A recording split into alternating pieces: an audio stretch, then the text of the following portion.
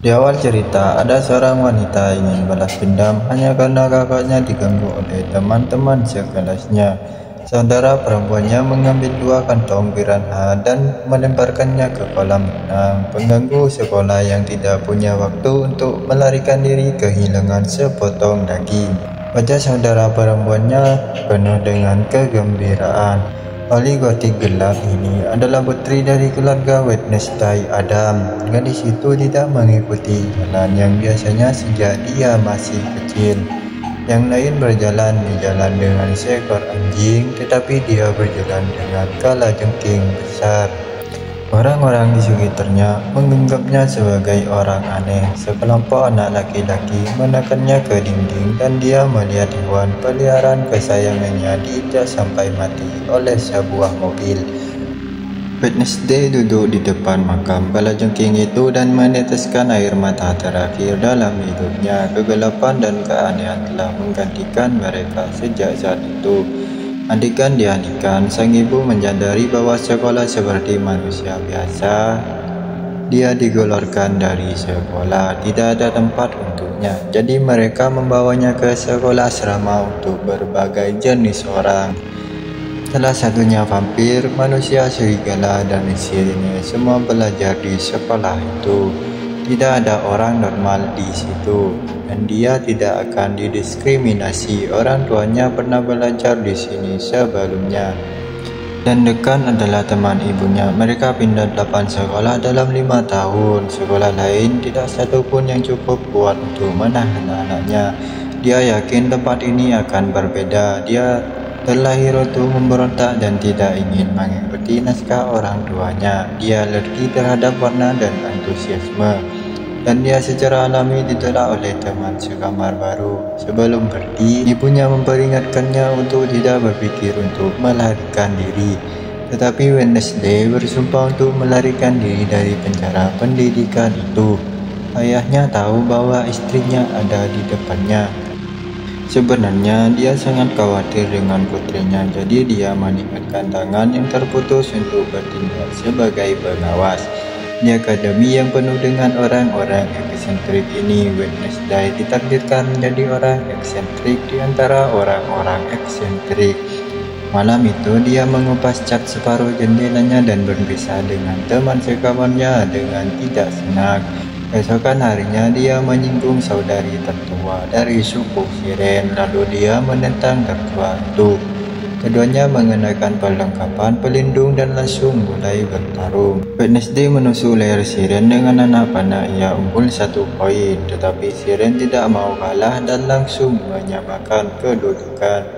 Wednesday mengusulkan untuk melepas perlengkapan pelindung. Awalnya ia menekan Siren, tapi pada akhirnya ia kurang 1 jurus dan dahinya terluka. Hal ini membuat Wednesday yang kuat menjadi sangat frustasi. Ketika ia kembali ke asrama, batu bergoylik di kepalanya jatuh. Untungnya seorang teman sekelas menyelamatkannya. Anak laki-laki itu jelas mengenalnya. Ternyata keduanya pernah bertemu. Wednesday bertemu saat mereka masih muda dan menyelamatkan anak laki-laki itu.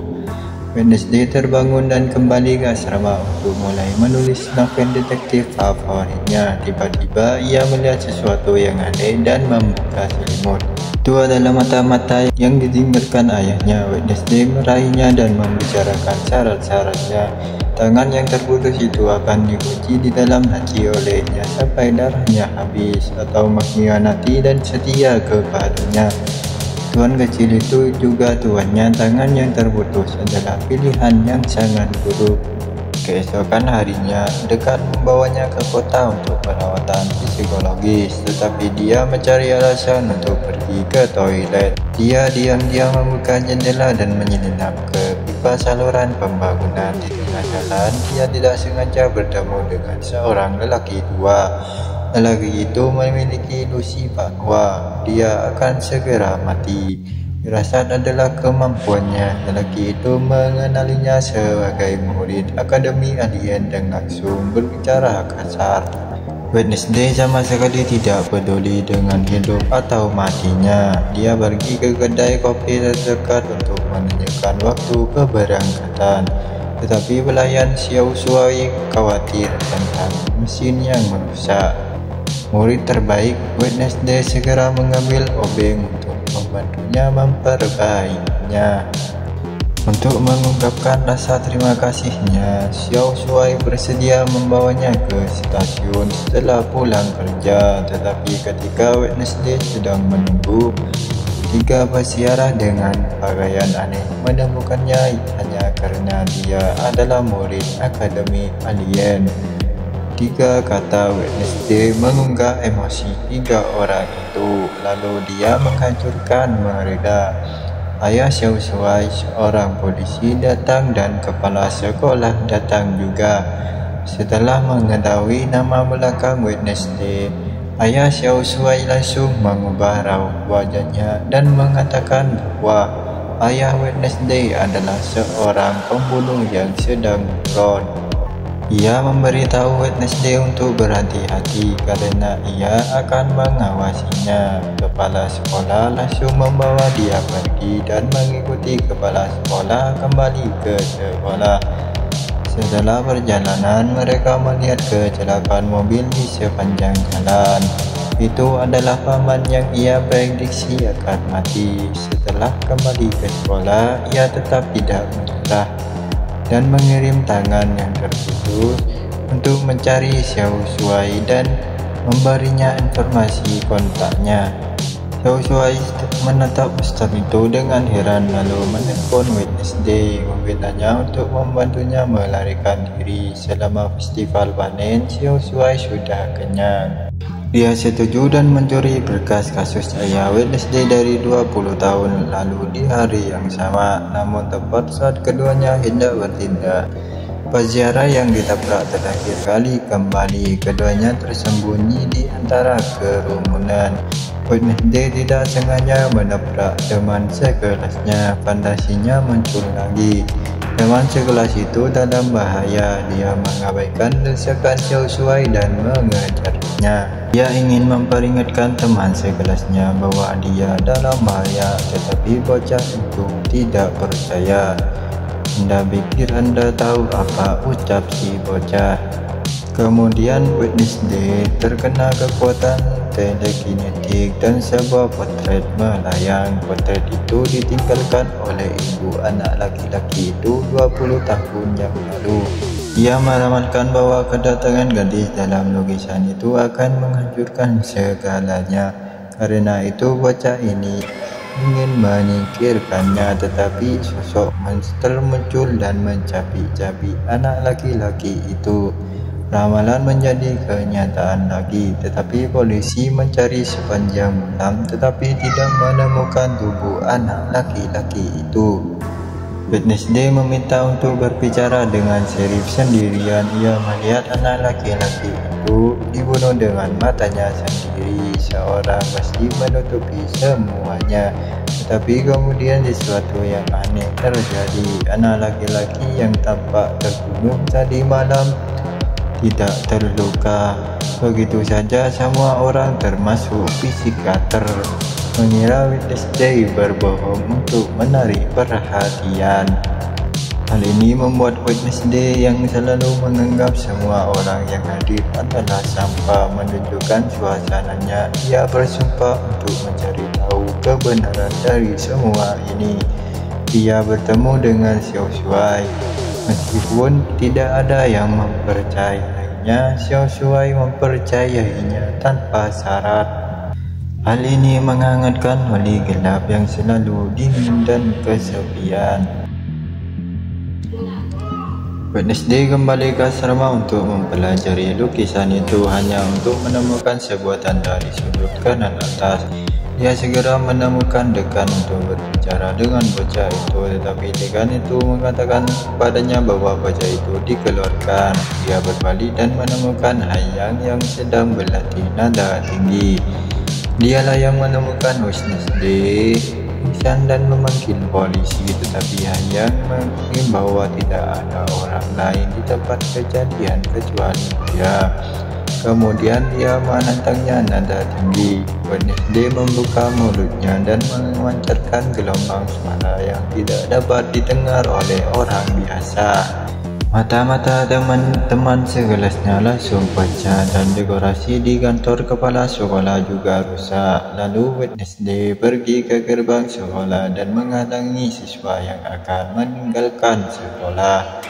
Tetapi bocah itu bersikap buruk dan menolak untuk berkomunikasi. Pada hari Rabu, tangan itu diatur untuk mengikutinya. Tangan itu mengikutinya sampai ke stasiun.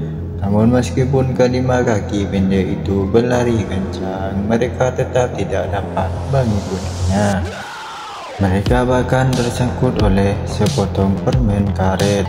Anak laki-laki itu masuk ke toilet stasiun dan keluar sebagai orang yang berbeda. Tangan itu sama sekali tidak mengenalinya. Kemudian pria itu berubah menjadi kepala sekolah. Bagaimana mungkin ini bisa terjadi, ucap Wednesday, namun tangan itu hanya diam saja. Adegan dialihkan pada hari Rabu. Dia pergi ke hutan dan menemukan kacamata anak laki-laki itu yang pecah. Ketika dia menyentuh kacamata itu, sebuah fantasi yang familiar muncul kepadanya. Anak laki-laki dalam gambar itu dia bertengkar hebat dengan teman sekamarnya dan mengeluarkan buku ungu. Dia juga mendorong Gargoyle ke bawah dan ingin membunuh Wednesday. Buku ini jelas kuncinya. Dia ingin menemukannya. Sejak Wednesday mengetahui bahwa dia akan menghancurkan semua yang ada dalam ramalan itu, dia bersumpah untuk mencari tahu sebenarnya. Ramalan itu ada di buku ungu. Dia pergi ke perpustakaan untuk mencarinya, tetapi dia tidak menemukan buku itu. Tanpa daya, dia harus meminta bantuan guru manajemen. Guru itu melihat logo kerasnya dan mengatakan kepadanya bahwa ini adalah klub misterius yang disebut Nexadaus Putih. Tetapi entah mengapa klub itu telah bubar bertahun-tahun yang lalu. Karena tidak dapat menemukan buku itu, Wednesday harus pergi ke teman sekamar Rowan dengan monster itu. Tetapi masing-masing dari mereka memiliki satu tangan dan tidak menemukan buku itu. Sebaliknya, sebuah topeng logam ditemukan. Pada saat yang sama, Siren datang untuk mencari Xavier. Wednesday yang sedang berbaring di bawah tempat tidur secara tak terduga mengetahui bahwa keduanya adalah mantan kekasih. Siren menyebutkan bahwa Xavier naksir Wednesday dan khawatir Rowan akan menyakitinya. Faktanya, Rowan melakukannya. Dikombinasikan dengan fantasi Xavier dan Rowan yang berdebat sebelumnya, keduanya jelas tahu sesuatu. Melihat bahwa mantan pacarnya sangat peduli dengan orang lain, dia memiliki pinggang yang besar dan rambut yang besar. Dia ingin mempermalukan teman sekamar manusia serigala Wednesday dalam kompetisi dayung. Tali gelap yang tidak ingin menunggu semalaman segera berpartisipasi dalam kompetisi keesokan harinya. Sungguh kebetulan dia sudah lama ingin berurusan dengannya. Dekan mengumumkan bahwa tim yang memenangkan kompetisi akan menikmati hak istimewa akademi selama 1 tahun. Dan kemudian menembaknya. Permainan pun dimulai. Siren yang berbahaya itu langsung memanggil para Murloc dalam kelompok yang sama dan mendorong perahu-perahu yang berpartisipasi langsung ke pilar-pilar. Wednesday mengambil teleskop dan melihat para Murloc di kejauhan. Untungnya dia telah menyiapkan jaring ikan dan membawa para nelayan pergi. Tanpa rintangan ini, 3 perahu yang tersisa mendarat dengan mulus di pulau itu. Gadis serigala itu tetap tinggal untuk melindungi perahu-perahu. Sementara Wednesday pergi ke Darling Flat mengusir setan itu juga tinggal diam. Sebuah batu kecil ditambah perhiasan internasional langsung menarik perhatian para penjaga dari tim lain. Gadis serigala dan gadis pedang langsung menghancurkan perahu mereka. Wednesday di sisi lain juga mendapat satu lagi, tetapi tangannya menyentuh pintu batu di pulau itu. Kemampuan psikisnya terpicu. Wednesday datang ke ruang kesadaran. Seorang gadis yang tampak persis seperti dirinya muncul dan mengucapkan kalimat aneh. "Kaulah kuncinya." Wednesday yang terbangun tidak punya waktu untuk mempelajari rahasia gerbang batu. Dia membawa Nindi dan kembali. Perahu yang dirusak oleh Takeno bocor dan disingkirkan. Wednesday membuka mekanisme di perahu, melihat Lucian hendak menebas perahu Putri Dulu. Nelayan itu mendorong perahu mereka lagi dan hendak menabrak pilar. Pada saat kritis, ekskavator melompat ke air dan menjatuhkan nelayan itu dengan pukulan. Perahu Puyung itu juga ditebas oleh Wednesday. Mereka memenangkan kemenangan terakhir. Kepala sekolah mengadakan upacara penghargaan besar untuk mereka, tetapi Wednesday pergi sendirian. Dia muak dengan sarkasme dan tidak terbiasa dengan tepuk tangan semua orang. Wednesday mendatangi patung itu lagi larut malam. Ia berhasil memecahkan mekanisme itu dengan menafsirkan teka-teki patung itu dengan dua jentikan jarinya. Sebab pintu rahasia muncul. Wednesday masuk dan melihat markas rahasia dan perpustakaan tersembunyi. Foto-foto orang tuanya juga tergantung di sana. Setelah mencari-cari, ia menemukan buku ramalan itu. Namun saat ia semakin dekat dengan kebenaran, gadis itu menemukan ruang rahasia di sekolah heterodoks itu, tetapi diculik oleh seorang di dalam kegelapan. Semakin brutal lawannya, semakin bersemangat Wednesday. Tangannya terikat erat dan ada lingkaran pria misterius berpakaian hitam di sekelilingnya. Wednesday diam-diam menikmati kegembiraan diculik saat pria misterius itu berbicara. "Siapa yang berani melanggar tempat suci kita? Kau boleh melepas topengnya." Bianca mengira itu adalah pembunuh berantai yang mesum. Tetapi ternyata itu adalah sekelompok teman sekelas SMA yang naif. Hari Rabu membosankan. Dia dengan mudah melepaskan tali di tangannya. Bertahan 1 detik lagi adalah buang-buang waktu. Sebelum pergi, dia tidak lupa berkomentar. "Pusat sepertimu yang memberi penculikan, nama buruk untuknya." Dia menemukan buku itu, tapi dalam ilustrasi buku itu ada seorang bersejarah misterius di sampingnya. Kebetulan perguruan tinggi menyambut pertemuan hubungan eksternal kota dan semua siswa datang. Wednesday pergi ke kota untuk berpartisipasi dalam kegiatan sukarela. Selama periode ini ia bertemu Xavier. Melalui periode kontak ini, ia menyebutkan bahwa Xavier mengetahui sesuatu. Wednesday memberi selalu Xavier ramalan dalam buku itu, tetapi Xavier bersikeras bahwa itu omong kosong. Ini karena peziarah dalam lukisan itu adalah orang yang hidup lebih dari 400 tahun yang lalu. Ia adalah salah satu pendiri kota. Tidak mungkin bagi orang yang telah meninggal 400 tahun yang lalu untuk muncul pada saat yang sama dengan Wednesday. Untuk mempelajari lebih lanjut tentang peziarah ini, Wednesday datang ke Balai Peringatan Peziarah Kota untuk menjadi sukarelawan. Ketika tidak ada seorang pun di sekitar, ia meminta Xiaopang untuk berjaga di luar dan ia menyelinap ke ruang pameran yang terkunci. Ada patung seorang peziarah di ruangan itu dan sebuah lukisan besar tergantung di dinding di sebelahnya. Lukisan itu berasal dari tahun 1625. Adegan pengadilan penyihir saat kunjungan peziarah pada tahun 1959 mengejutkan Wednesday. Gadis yang dilihat dalam penglihatannya benar-benar muncul dalam lukisan itu. Memegang buku hitam tebal di tangannya, kemudian dia menemukan buku itu di lemari kaca di sebelahnya. Itu adalah kitab bayangan penyihir.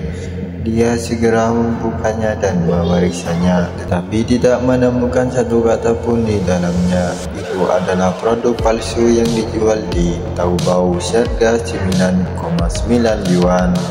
Tiba-tiba administrator bergegas masuk bersama Xiao Pan. Dia sama sekali tidak malu ketika dia ketahuan. Dia bertanya kepada administrator mengapa dia meletakkan buku palsu di sini, karena dia yang memungut biaya masuk. Administrator mengatakan bahwa yang asli dicuri bulan lalu, jadi diganti dengan replika karena Xiao Shuai adalah penduduk asli setempat. Untuk mencari tahu, dia meminta bantuan kepadanya, yaitu untuk menemukan alamat tempat berkumpulnya para peziarah di lukisan itu. Wednesday datang ke kafe itu dengan bantuan Xiao Shuai. Dia menemukan tempat berkumpul di lukisan itu. Tempat itu jelas terbengkalai dan menjadi tempat tinggal para gelandangan. Melihat Wednesday datang, para gelandangan itu bahkan melepaskan bambu kering, tetapi tangan yang terputus itu mencengkeram leher mereka dan mengusir mereka. Para gelandangan dengan tangan terputus itu mengangkat kembali dengan kaki-kaki mereka yang pendek. Dia mengetuk tanah untuk memberi isyarat kepada Wednesday agar menyentuh sekeliling untuk melihat apakah hubungan spiritual itu dapat dirangsang. Namun setelah Wednesday menyentuh sekeliling dan bahkan mengambil tas para gelandangan itu, hubungan spiritual itu tidak terpicu. Dia tidak punya pilihan selain pergi. Akibatnya, saat dia menyentuh pintu kayu itu, dunia luar langsung berubah. Dia melakukan perjalanan kembali kepada Hawaii 400 tahun yang lalu. Banyak sekali penjajah asing yang memegang obor dan berteriak untuk membakar para penyihir. Di tengah kerumunan, seorang wanita pirang yang tampak persis seperti Wednesday didorong-dorong. Kemudian seorang peziarah dengan tongkat muncul. Dia dengan marah menuduh gadis di depannya sebagai seorang penyihir dan setan yang harus dibakar di tiang pancang. Namun gadis itu mengatakan bahwa dialah penjajahnya. Alien telah tinggal di sini selama beberapa generasi dan hidup berdampingan secara damai dengan manusia. Para peziarahlah yang merusak keseimbangan dan membantai alien tanpa alasan. Pintu kayu didorong terbuka dan sebuah ruangan penuh alien diikat di dalamnya. Gadis itu juga dilemparkan ke dalam. Peziarah yang kejam itu berbalik dan pergi dan memerintahkan rumah kayu itu untuk dibakar. Semua orang di rumah itu kecuali gadis itu dirantai ke tanah. Sang ibu meminta gadis itu untuk melarikan diri dengan cepat dan bertahan hidup. Pergi dan balaskan dendam mereka. Gadis itu melarikan diri melalui terowongan rahasia, tetapi dia tidak berlari jauh sebelum dia dihadang oleh para peziarah. Adegan berakhir di sini. Wednesday terbangun. Gadis bernama Cody Adam seharusnya adalah leluhurnya dari 400 tahun yang lalu. Tepat saat dia hendak pergi, suara aneh datang dari luar. Dia melihat keluar melalui pagar dan melihat monster yang menyerang benang itu. Kali ini monster itu masih tidak menyerang Wednesday. Bagaimana mungkin Wednesday melewatkan kesempatan bagus ini? Dia mengejarnya dengan tangannya yang patah. Meskipun dia tidak menemukan monster itu, dia secara tidak sengaja menemukan bahwa jejak kaki monster itu berangsur-angsur berubah menjadi jejak kaki manusia. Artinya monster itu seharusnya adalah manusia yang berubah wujud, dan Xavier kebetulan muncul di sini. Apakah ini benar-benar kebetulan? Wednesday tidak pernah takut.